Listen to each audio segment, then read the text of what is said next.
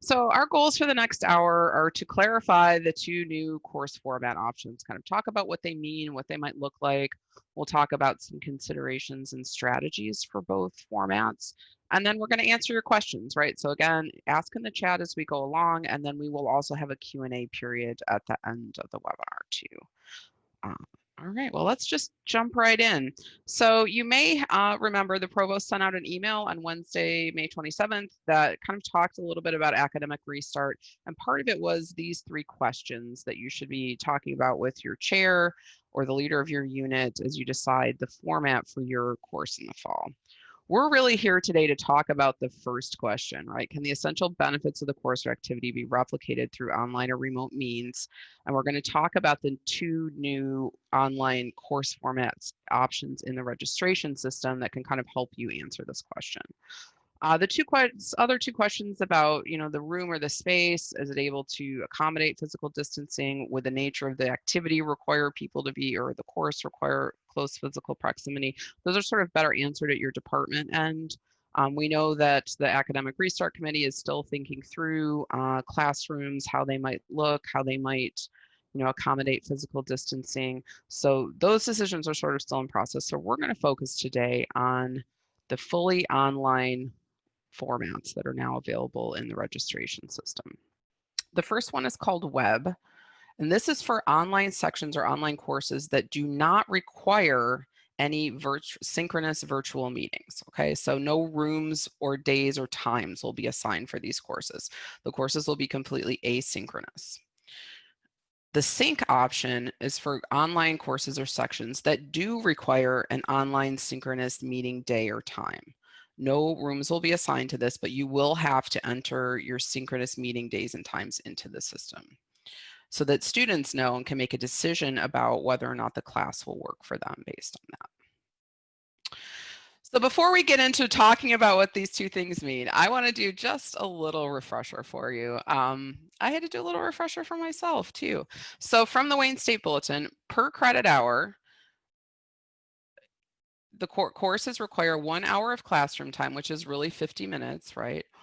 And 2 to 3 hours of out of class student work, which is asynchronous work, right? So this is just a refresher. Your students are already doing a lot of asynchronous work in your classes. We know sometimes it's, the word can be kind of feel a little off-putting for some people, but remember, your students are doing a lot of work on their own already.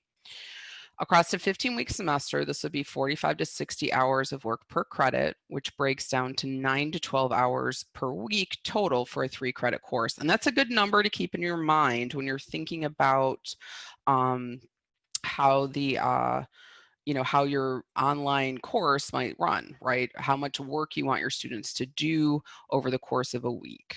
That's a good metric to keep in mind. And remember, even in your face-to-face classes, most of this workload is already asynchronous. So that kind of just gives us a starting point to start to think about what's the best format for replicating that online or that in-person portion in some way online. All right, so our 2 and we did have a question. The slides will be sent out to everyone. I am going to try to get the slide deck posted on Teach Anywhere as well for those who weren't able to attend today. Okay, so our 2 elements here, the web and the sync. These are the in capital letters are the course format names in the registration system, web and sync. And these roughly align with, of course, the web is more asynchronous and the sync course is more synchronous, right? So web means students, they have flexible contact with your course. They can interact with the course materials, the activities, and the assignments when they want within the deadlines that you set, right? So you still have control over when the work has to be done, but when they actually go and do it can be adapted to their schedule. For synchronous courses or sessions, there is some sort of virtual class session or virtual meeting that happens at a specified time, but students also will be engaging in asynchronous work, again, even if you choose the sync option. So let's talk about some of the benefits of the asynchronous and the challenges of the asynchronous format. The number 1 benefit of asynchronous courses is there's actually greater opportunity for cognitive engagement with the course content. Okay, so what do I mean by that? I mean, students can go back, review things as they need to, review a video as they need to, go back and review something that was difficult for them, versus trying to have to chase down notes during a lecture where they can't necessarily go back and review content in the same way as that live session, right? So this is a real important benefit of online learning, is that they have the chance to really engage with the content in a way that's meaningful for them, and to really review things that may have been difficult for them. Because of this, it's actually more accessible and inclusive, or it can be more accessible and inclusive of all students in your class, right? And that flexibility that's built into the asynchronous helps them manage personal and work challenges. We've all been through a really weird, stressful upheaval over the past several months. We can expect that some of this is going to continue in the fall. We know that people may still be balancing a lot of personal and work challenges, family challenges, health challenges. So this flexibility is really going to be an important piece to consider. The challenges of the asynchronous format are that there's less personal engagement. We know a lot of faculty actually have told us we miss our students, we miss interacting with them, we miss seeing them. So we understand, you know, that this is one of the challenges of the asynchronous format. There's less of that personal, immediate engagement. There also can be a potential for misunderstanding of content, and you really have to plan your asynchronous course with this in mind, and find opportunities to make sure that you're helping students clarify their knowledge. So that's just another thing to consider, one of the challenges to consider the asynchronous format. For the synchronous format, the benefits are really that immediate personal engagement, that immediate opportunity for feedback, and that interaction then can help clarify information. But one of the key challenges is that not all students may be able to participate consistently and equitably in synchronous course settings. We don't know, you know, you have to be thoughtful about, do your students really have the technology to do this? Do they have the time to do this? Do they have space at home where they can be in a private space, a private uninterrupted space, to really be able to participate? This will look different for different classes, but it's something that you really have to think about. There are more challenges around, again, technology access and also skills, both the instructor and the student. You really need to rethink your content and facilitation strategies. I can tell you, after doing many, many webinars, it's very different facilitating a webinar or facilitating a virtual meeting than it is an in-person class session. And Zoom fatigue is real. This is a real thing. We're actually working on getting a resource together for faculty around this to kind of help think this through. It's real for your students. It's real for you too. Maybe some of you have been experiencing that in the past few months yourselves. So it's just things that you'll want to think about. It doesn't make any solution right or wrong just on the surface of it, but these are considerations that you should keep in mind when you're making your decision. All right, so let's talk a little bit about balancing the elements, right? Every online class, whether you choose the web style or the sync style, should include a mix of both elements, but the balance between them may look very different depending on the course or depending on your course. So think about whichever you choose, you're going to have to think about both sides of the equation and include some of those elements in either course. It will just look a little bit different how they're enacted, right? So let's talk about each element a little more. So when we're talking about the asynchronous or the web course format, I cannot emphasize this enough. This can and should be interactive, okay? Just because the course is asynchronous and people are enjoying the flexibility of it, you included, as Carly pointed out in the chat, the flexibility of the asynchronous format is actually great for you too. It's great for your students, but it can be really helpful for you as well. However, an asynchronous course should still be interactive. Just a little background on me. My PhD is in learning design and technology from here at Wayne State. I teach as an adjunct in that program since like 2016, I think. And I also, I got my degree through there, and our master's level courses are all completely online. And I have to tell you, they were some of the most interactive courses I've had, because that's how the course was designed. Those interactions and that engagement was baked into the course itself. So even though these courses were asynchronous, they were still highly collaborative and highly highly interactive. And that's what will bring life to your course, right? That's what will keep it from just sort of being a flat experience for your students. We're certainly here to help you think through how to do this too, and I'm going to talk about that a little bit more.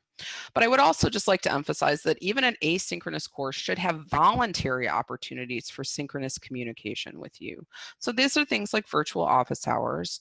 We're going to have a really great webinar coming up in a few weeks about new ideas, fresh ideas for, office hour style activities. But you should build that in so your students can have some sort of synchronous communication with you if they want to, right? And remember, even though we're talking mostly about the web course format here, the sync courses will still need to include asynchronous elements. So even if you're leaning in that direction at this point, keep an eye on these as well. So what are our typical asynchronous elements? They're digital or physical texts. They're videos, either micro lectures that you create or maybe external videos that you're including. The library is a great resource for finding external videos. And if you want to kind of level up a little bit around this, you can create interactive videos that may have formative or informal questions interspersed in them. The OTL can help you do this. And it's a great way to keep your students engaged in the video and giving them a chance to really apply knowledge in the moment and sort of do that formative assessment that might be missing from, a face-to-face class, especially too if you're someone who uses a lot of polling questions in your face-to-face classes. This can be a great way to sort of replicate that in an asynchronous class. You want to think about other multimedia such as podcasts or simulations of some sort. Advanced organizers or worksheets and data sets can also be very helpful, depending on the type of course that you are teaching. So those are just some of the elements, and the more of a rich mix of these you can include, the more engaging your course will be. So let's talk about typical asynchronous activities. And this is just a very short list. I only had so much room on the slide, right? But these are things like online discussions, of course. I would suggest considering one of the tools, either Perusal or Hypothesis. These are social annotation tools that have been shown to increase participation in online discussions. We have quite a few instructors here that use Perusal or Hypothesis, including Dr. Kamasi, who just posted in the chat about the library shout out. Yes, cannot emphasize how important the library can be to you in these times. But I know instructors that use these in their online classes, that use the social annotation tools in their online classes, that actually use them in their face-to-face classes too, even though they're sort of considered a web-based tool. Instructors actually do use these in face-to-face classes too. Peer review is a great online activity. Group work, of course, actually lends itself well to online courses. And then there's many, many other active learning strategies that we can help you with. So let me take a quick look in the chat. Does Perusal easily interface with Canvas? Yes, it does. It actually has an auto grading tool too. If you're interested in using it, you don't have to, but it does have sort of an auto scoring algorithm in it, and that will integrate with the Canvas gradebook as well. So it can be a great tool. We've got I'll do an early plug for our upcoming design sprints. So we have a 3-week design sprint that starts on Monday, the 15th, and then one that starts on July 6th. I'm going to talk about it a little bit more, but we will we'll be talking about these tools in the design sprint. And yes, I agree with our comment from Tanya Thomas in the chat, an OTL session on Perusal. Yes. So consider these kind of just to give you a basic, sort of a foundational understanding of what your options are with this format. Synchronous, the sync course format, which is has synchronous course meetings included in it. I can't emphasize this enough. Your synchronous sessions really have to be interactive in order to be effective. That's where you're really going to start to, that's your first line of defense against Zoom fatigue, is making your sessions interactive, right? And it's the way you're going to keep your students engaged in your sessions as well. If you're just going to use Zoom to deliver content and your students are just passively listening, they're probably not going to take in that much information, because you have to remember they're sitting at home. They may not have a great internet connection. They may not be in a private space. They may have a lot of distractions around them versus being in a classroom when they're in a space that's dedicated to learning. So think about that. Think about if you're going to go with this format, are you going, you know, this is your first check mark that you should make on your list. Are my sessions going to be interactive? Because that's going to be crucial to success in this format.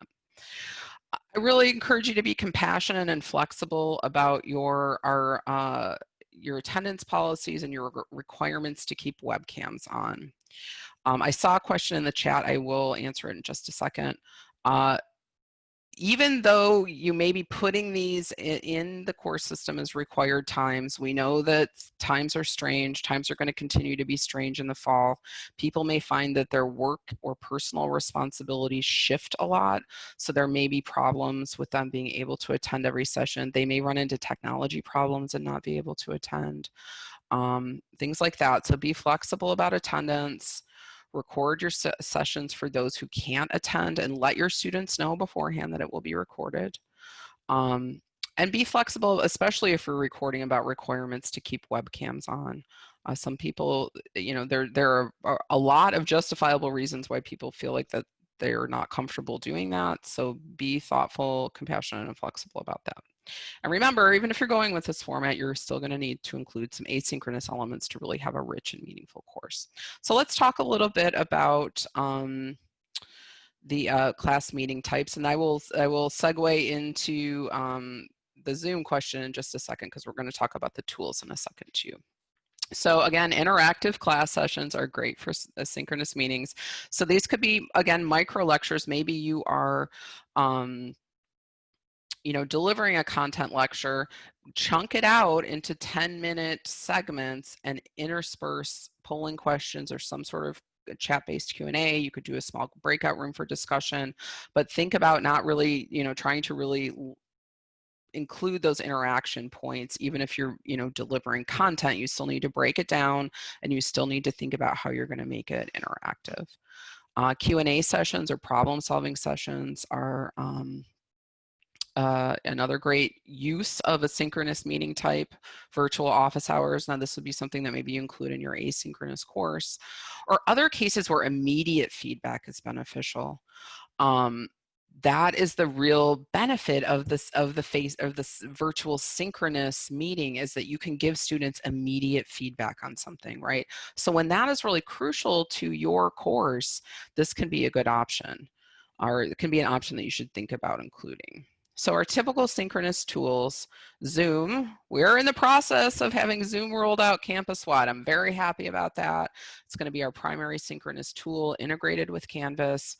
The great thing about Zoom is that it is more accessible than our prior tool, Big Blue Button. There are other issues with Big Blue Button, but one of the real challenges is that it was a heavy bandwidth application. So Zoom is much lighter. It's easier for people who don't have great internet access to be able to join a Zoom meeting.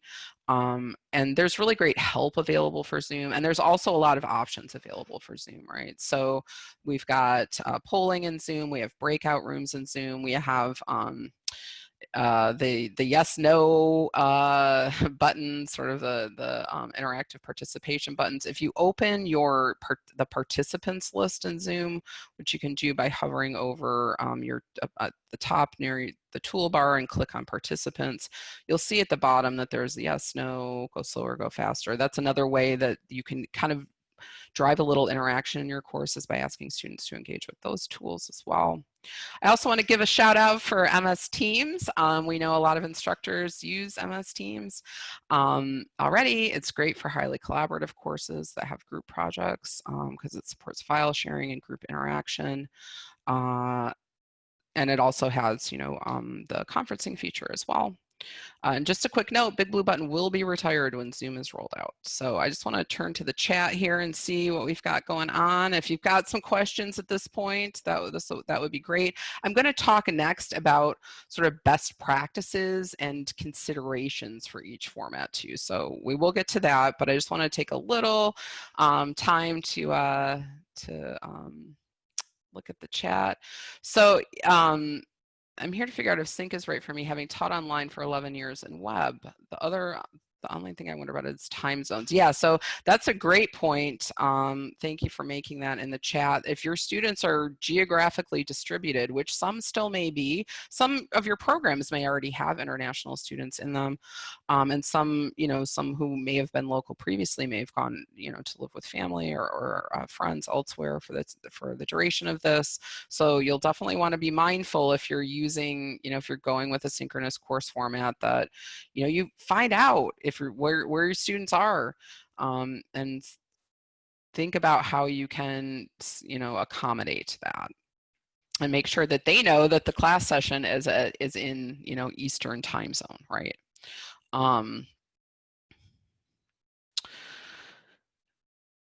Which is better, Zoom or MS Teams? Well, that's there is no one answer to that. It's sort of dependent on you and dependent on your goals. They have different, slightly different capabilities, slightly different affordances to them. We are working on putting together a tool that will sort of do a comparison of them.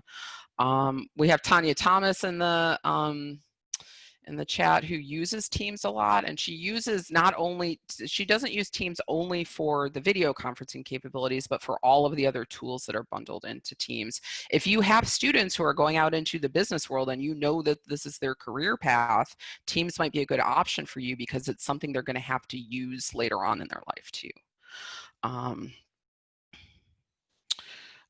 So what was the thinking behind bringing Zoom in just as MS Teams was rolling out? MS Teams, does have some limitations. It's more difficult to do breakout rooms. It's possible, but it's not the seamless operation that Zoom is. So that, and Zoom, I would just say, has a little bit more flexibility to it. It's a little bit kind of more of a process to get a team set up. It's not a difficult, it's not an impossible process, but there are some more steps involved in getting a team set up for your course. MS Teams wasn't really originally designed to be, it was more designed for business applications. So, and it's, it's got all these other features as far as like file sharing and chatting too. So. Let me just take a quick look.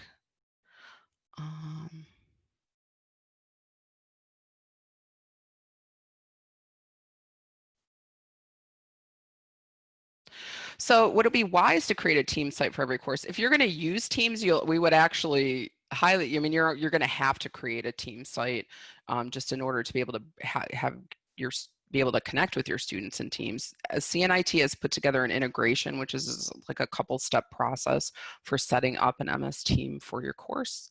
So it's absolutely possible to do, and yes, you kind of have to do it.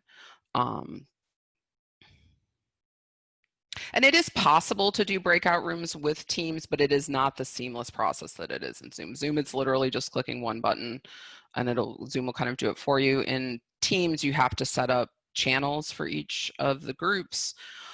So it's totally possible. Tanya Whitehead, our associate director, uses Teams for a class. She does this with breakout rooms, but you have to be a little bit more, it takes a little bit more learning on the instructor's part to get comfortable with Teams in order to be able to do that. Whereas Zoom, it's literally like clicking a button in Zoom. So it's a little bit easier process. What about Stream? Yeah, so MS Stream is Wayne State's internal YouTube, right? It is our, it's underneath our umbrella. People, at minimum, people have to be logged into Academica in order to be able to view a stream video, and you can further limit it to groups or teams, right? So you could limit viewing of a video that you put in MS Stream to your course team. The auto captioning process, I think, is actually a little bit superior to YouTube. I think it does a better job with the captions, the auto captions itself, and it's much easier to edit them in MS Stream, is my opinion. And you can also integrate MS Stream with MS Forms to create interaction in your videos, to basically to drop formative questions into your videos too. So it kind of adds a little element of integration in that. In the design sprint that starts either next Monday or 3 weeks from next Monday, we actually will be doing a webinar on creating interactive videos using MS Stream and MS Forms.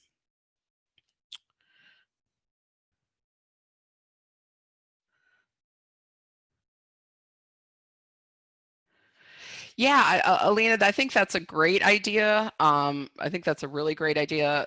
So she mentioned I'm considering making my course, which is supposed to meet once a week for 3 hours, into almost asynchronous with weekly hour-long meetings that are not mandatory that I record. I think that's a fabulous idea.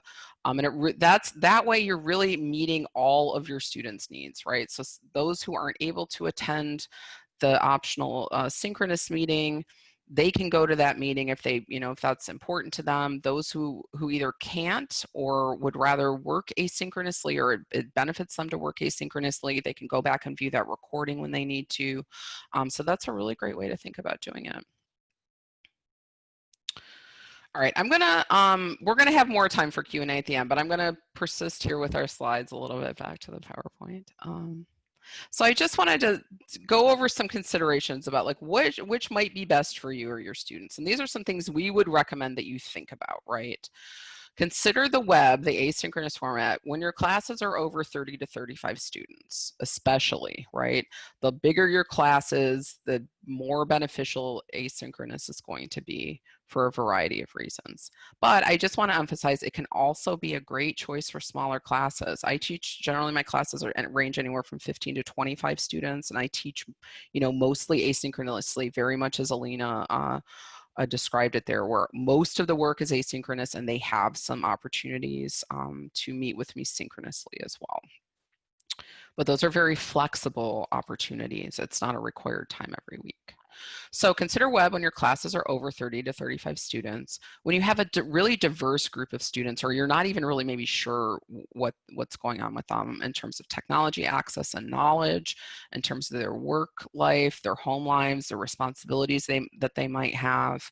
The more diversity you have in this group, the more you will be able to make your course inclusive of all of them if you're a primarily asynchronous course. So if your lecture sessions typically include a lot of factual and conceptual content that your students are taking a lot of notes on and things like that, transitioning these to videos will work better in the asynchronous format, right?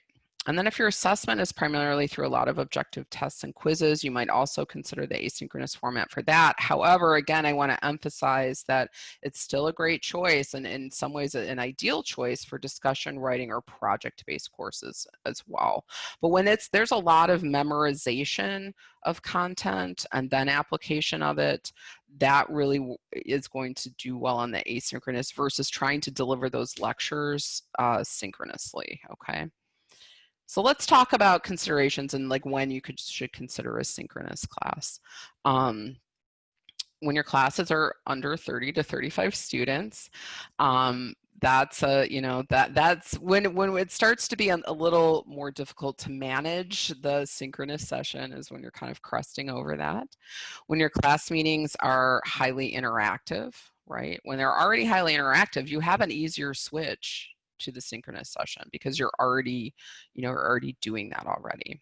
When you're confident your students have the technology and space to participate equitably, and you can ask them this, make sure, reach out to them and ask them. If you've already opted for the sync format, what you can do is pull your students at the beginning of the semester and then use that information to guide the way that you handle attendance and recording of sessions, right? When you're comfortable leading virtual meetings, both the technology and the facilitation, this is a little harder challenge, or it may be a harder challenge for some. Some people may adapt to it very naturally, but for some it may be, a bit of a challenge to get comfortable with both of these things. So think about that. Consider sync when you're open to posting those recorded sessions for those who aren't able to attend. And then when you're also including other asynchronous content and activities to promote an inclusive experience, right? So let's talk a little bit next about the challenge, or the best practices for each. Again, asynchronous, chunk those lectures up 10 to 15 minutes. Make sure you have closed captions and transcripts. Ample opportunities for direct interaction with you and with their classmates. This is very important to build in opportunities for them to interact with you, but also to interact with each other. Varied supporting content, text, videos, podcasts, graphics. Give them a mix of things that will, because that will help all of your students have an opportunity to really take in the information. A lot of low stakes formative assessment. This works really particularly well online. It's a good practice in general, but it really works well online in particular. And then include asynchronous learning activities, right? It can't, don't just have this be passive where they're just sort of watching videos and taking quizzes and that's it. Includes other learning activities that are clearly linked to their assessments. These can be discussions, peer review, group collaborations. The OTL can help you think through this. We love these questions. All right, and then finally, some best practices for synchronous. Keep your synchronous sessions interactive, focused, and as short as possible, right? This will minimize that screen fatigue, that Zoom fatigue. As Carly mentioned earlier in the chat, try to keep it, to an hour if you can. That's, as we've all experienced through this, it does get a little draining to be online more than that. And you may not be their only, your course may not be their only synchronous course too. So kind of think about, their experience more broadly too. Be flexible about requiring to have their webcams on. There are a lot of justifiable reasons, privacy, bandwidth, that may make some people hesitant to do this. So be flexible about that. Record sessions, be flexible about attendance, give them other opportunities to interact with each other in the content, and also consider the flipped classroom model as a way to structure your sync classes.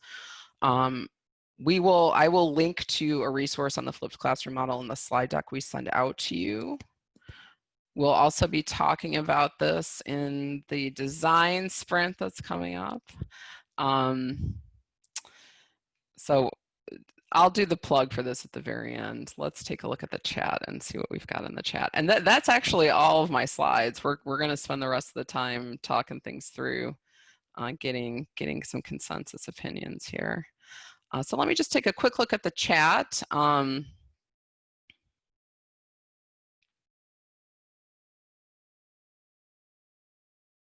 Yeah, Stream, you do have to be careful about, your privacy settings. But I will say at minimum, people have to be logged into Academica to view your video, but you can further limit it to just your classes if you'd like to. And Stream, again, is Wayne State's YouTube. It's a place to host videos. So after you record the videos, then you host them, you place them into Stream, and that's a place for them to sit in the cloud that you can then share them to your students.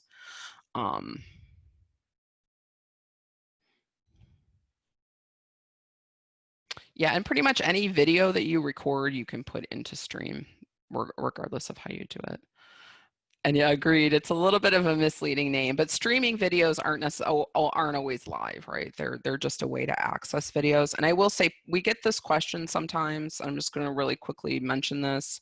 Should I record audio in a PowerPoint and upload that PowerPoint file to Canvas for my students, or should I create a video and host it in Stream or host it in Echo 360 or host it on YouTube for them to access? Which is easier for your students to access?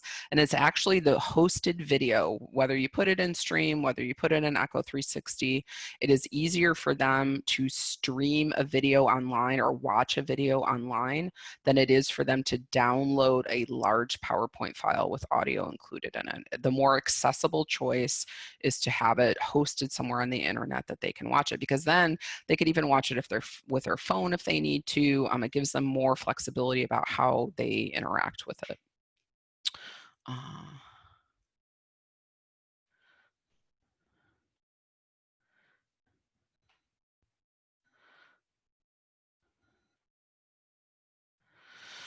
What polling tools? Yeah, well, there's polling tools in Zoom. There's polling tools. I don't know if there's polling tools in Teams or not. I think so. I think you can raise your hand in Teams. I'm not sure what else. There's actually there's not like synchronous polling tools, but there are, ungraded surveys in Canvas that you can use as well.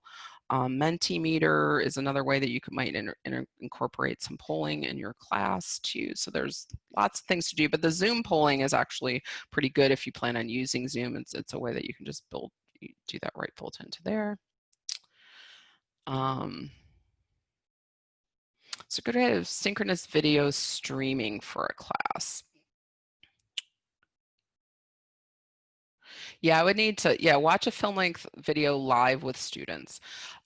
You can show videos like via Zoom, but you would want to check with the library. I would give a plug out to the library for that as well, just to be sure, about copyright issues. There may be, the video itself may be available through the library. Maybe it's something that you're thinking about that is available through the library. But yes, you could play a YouTube video, for example, during a Zoom session, yes. But I would think about how if it's something that they could watch on their own, it might be better to have them watch it on their own. But if you were incorporating some interaction around that video itself, where they're going to have an immediate discussion about it, or you're going to pause it at a point and ask them to talk about something that's going on in the video in the moment, that would be, sort of from a pedagogy perspective, that would be a good way to use it. But if it's just something that they're going to watch themselves, reflect on some way, and then maybe participate in an asynchronous discussion, that would be, if they don't need that immediate feedback and that immediate interaction while watching it,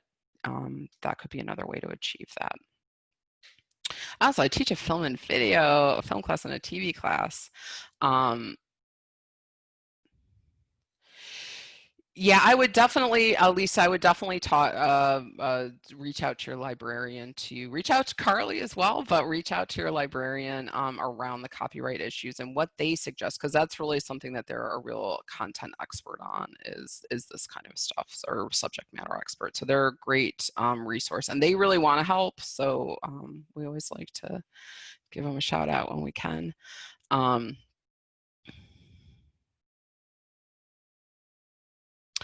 So what you can do, so Robert mentioned in the chat that his participants list only shows a half a dozen people at a time. So you can always keep scrolling up and down too. You can make it as long as you can. But this is another reason why maybe having, the bigger your class gets, or the bigger you're hoping to have your virtual synchronous session, this is where it starts to get difficult to manage. We have 28 participants in this. I have a second monitor up that the participant list is on. That's a big monitor, and I am missing probably about a third of the participants in the screen. Like, I have to scroll up and down to see everyone. So it's a great example of how, this is a small thing, but it becomes a little bit more difficult to manage on the synchronous sessions with the larger classes too. So we have some time left. Yeah, so Tanya mentions in the chat, for big classes, it's always useful to see about getting some help, sort of a back channel minder to watch for stuff like that. So that's why in our OTL webinars, when we have over 10 to 15 people, we generally will have a second person running the chat, or keeping an eye on the chat, answering questions, things like that. So think about that. Think about how that might affect you as the facilitator too, if you don't have someone who's available to do that for you. Now, you might want to consider, depending on your student group, perhaps you're working with a graduate student class. Maybe you could have different students sort of take on that leadership role of watching the chat, if that works for your class, if you know your students well, if it's a smaller class. That might be something that's helpful for grad students, particularly those that might be wanting to go on to teach, is getting some experience doing that, right?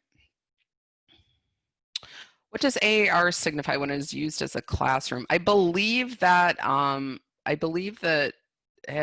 shouldn't say, because I'm not exactly sure. I'm not 100% sure what that's going to mean in the current and how things are looking currently, Kelly. So I would actually suggest that you reach out to whoever does your course scheduling in your department to get an answer for that. Tips around date stamp video lectures for use in future courses. I didn't like the students to see a date the video was recording if I were using it. That's an interesting question. So you could re-upload it, right? It's a relatively painless process to re-upload a video. So if you still had the source video and you wanted it to appear as though you uploaded it for that group of students, I totally get that. And I like that you're thinking about that and from their perspective. So what you could do is re-upload your source video. So it's going to a new link, and then it would, it would appear as though I uploaded it this week or whatever. So an interesting question. One thing I will say, kind of somewhat along the lines of that, is MS Stream. One feature I really like about their setup is that you can replace a video, right? So if you've recorded a video and you've uploaded it and it has an error in it and you need to correct the error, just maybe do a little bit of editing to it or something, you can re-upload a new file to the same cloud location, so you don't have to change your Canvas links. It's a small tip, but it's actually pretty helpful. Does LTL anyone recommend video for grading, for going over comments on an assignment as opposed to writing out comments? Is there research on the effectivity of this for online courses? So I would, and Tanya says I do this often, yes. Absolutely, it keeps things human. You still want to make sure that your students know what their personal feedback is. So there's two ways you could do this. Canvas will actually allow you to, for each student within SpeedGrader, you can record a video or audio comment for them, which is a great, little feature that it has that can personalize their feedback for them and make it maybe seem, not quite as intimidating to hear, because they get the context of your tone of voice and things like that. You can also record sort of blanket feedback to the course. You could record a video with blanket feedback to the course, but you would, just so that students have a, a broader picture of the overall feedback on an assignment or the overall performance on a test. But you want to make sure, though, that students still understand what their personal feedback is. So one way that you could do that, let's say that you had 7 main points that came out, or seven areas that students needed to address, sort of not necessarily every student, but when you looked at the whole group of students, there are about 7 common comments that you wanted to make on their assignments. You can share that whole list of 7 with them, but then make sure on each individual student's assignment that you're saying, in this area, I want you to really think about, feedback comment 1, or I really want you to think about feedback comment 5, so that they know which of those apply to them, but then they also have an understanding of the overall performance on it too. Yes, and absolutely. Definitely keep accessibility in mind whenever you're talking about video. So that means providing captions and a transcript. I will say a lot of people, even if they don't necessarily have some sort of hearing loss or hearing impairment, they also use captions in videos. I am one of those people. I prefer to have the captions on when I'm watching a video. So that's something that helps your class be more, or your content be more inclusive of everyone in your class. And the tools are available to do this automatically with anywhere from 70 to 90% accuracy. So Echo 360, which is our university supported video recording and hosting tool, now has captions. Microsoft Stream, which is a university-supported hosting tool, also has captions. YouTube has captions as well. So just keep those things in mind.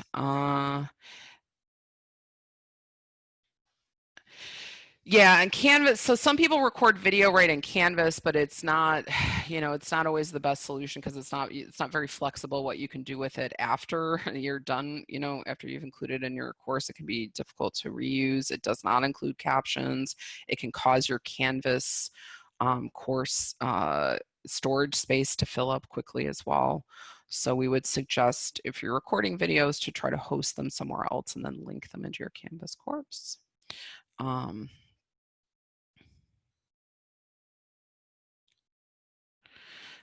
Interesting. One study shows that over 75% of students who are not deaf or hard of hearing use captions when they're watching course videos. So think about, they're very important, but they're also, relatively easy to get incorporated if you're using one of the university tools to host your video. So great. So Kelly, I requested Echo 360 for my online course this summer. I would contact LMS admin at wayne.edu, Kelly. Those are the people that can help you with that. Robert mentioned in Zoom, if the connection is lost, then reestablish the chat record disappears. I believe if you're the chat should appear maybe in the cloud or on your own computer. I've had this happen before, and it just for me it saved 2 different chat logs. So, but yes, Teams chat is probably a little bit, I would say, better than the Zoom chat. So if the chat is really important to you and you want to be able to save it and you want students to be able to go back and access it easily, Teams might be a good choice for you for that. How do you schedule virtual office hours for individual students living? I'm going to put a link in the chat. youcanbook.me. This is a website that you can use, youcanbook.me, to schedule virtual appointments. I know some folks over in kinesiology and health sciences use this to book their virtual office hours. So that's one tool that you can do that. There are probably ways that you could do it in Canvas too, but they might be a little bit more cumbersome than these tools. Appointment slots in Canvas, yeah, you can do it. I think You Can Book Me is a little bit easier to use myself, but just to give you options, right? And then Tanya uses Calendly to book these and runs hers in Teams. So there are different ways you can do it. It's a great way to do it, though, to just get that commitment to get people to come. I will say, too, for office hours, if you give them a reason to come, you'll find that more of them come to them. If it's just kind of, I'm going to be available if you want to drop in. We know that students don't even go to in-person office hours that much, right? And part of it is because they're not sure what to do or why they're going. So if you give them a specific prompt or a specific reason to meet with you, you'll find that more of them will engage with that. Okay, great. Is there another solution other than QuickTime? So Kelly, I need to know a little bit more about, if you're using QuickTime to do like a screen capture, yeah, it's almost the problem is there's so many tools to create video.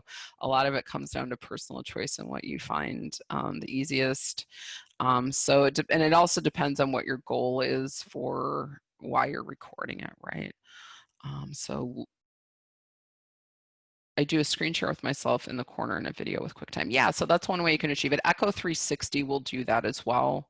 It will allow you to record your screen as well as your webcam.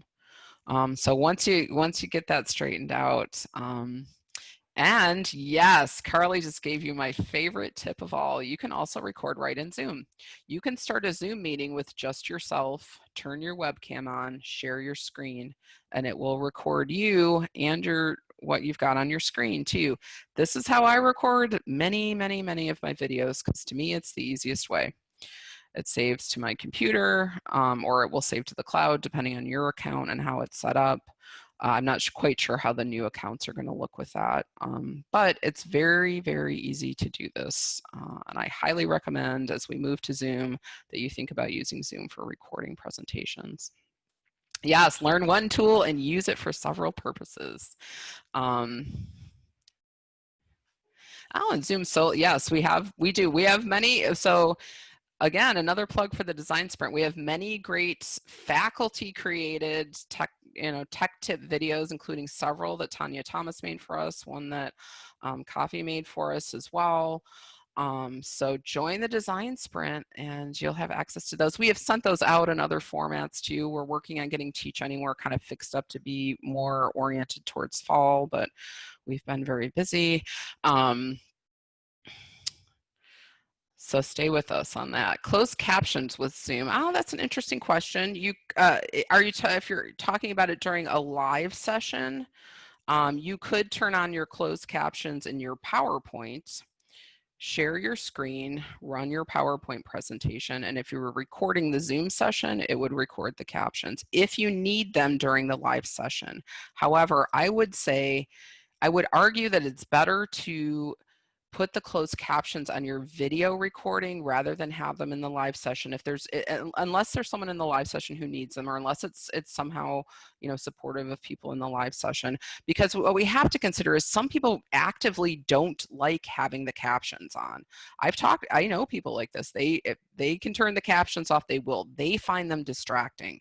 There's no one right answer here. So if you can go to a tool that allows people to choose what they want, whether they want the captions off or on, that's sort of the best option, unless you have someone in your live session who needs the closed captions. And that's sort of a different question. But when you can provide it as an option, that's sort of the ideal thing.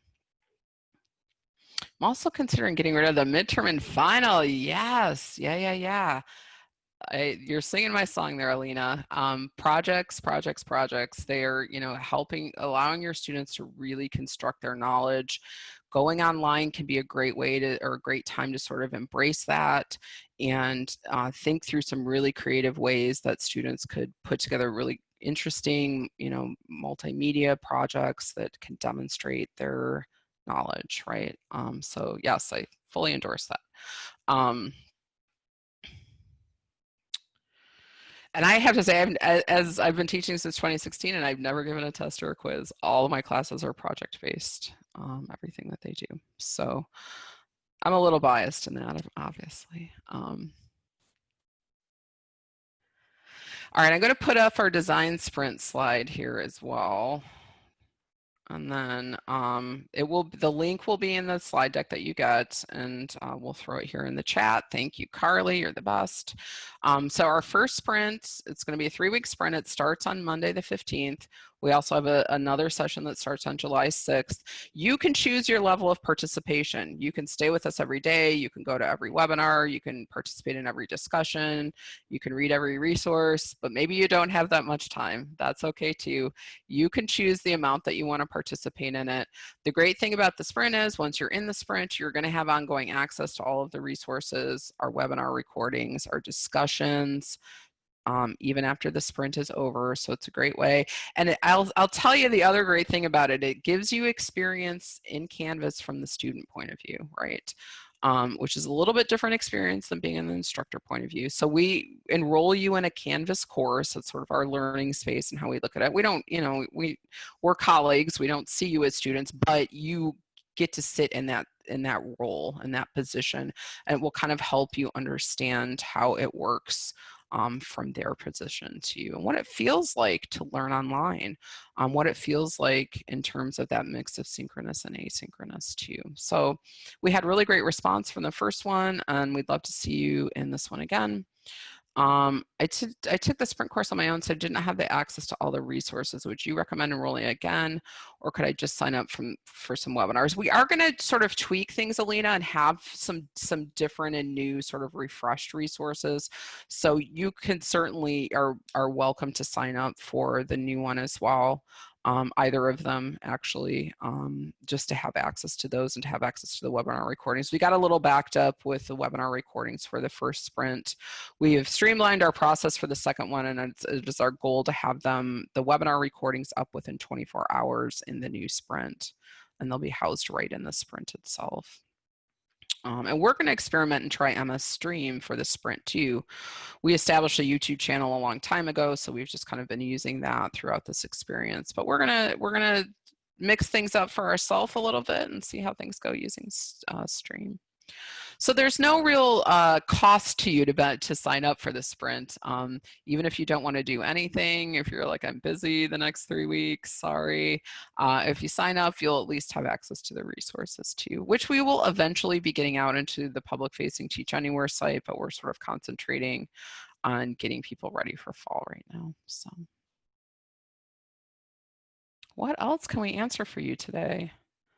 I hope this was helpful. I hope this sort of gave you a peek into what these new formats are going to look like, and give you some things to think about in terms of what will work best for you and what will work best for your students.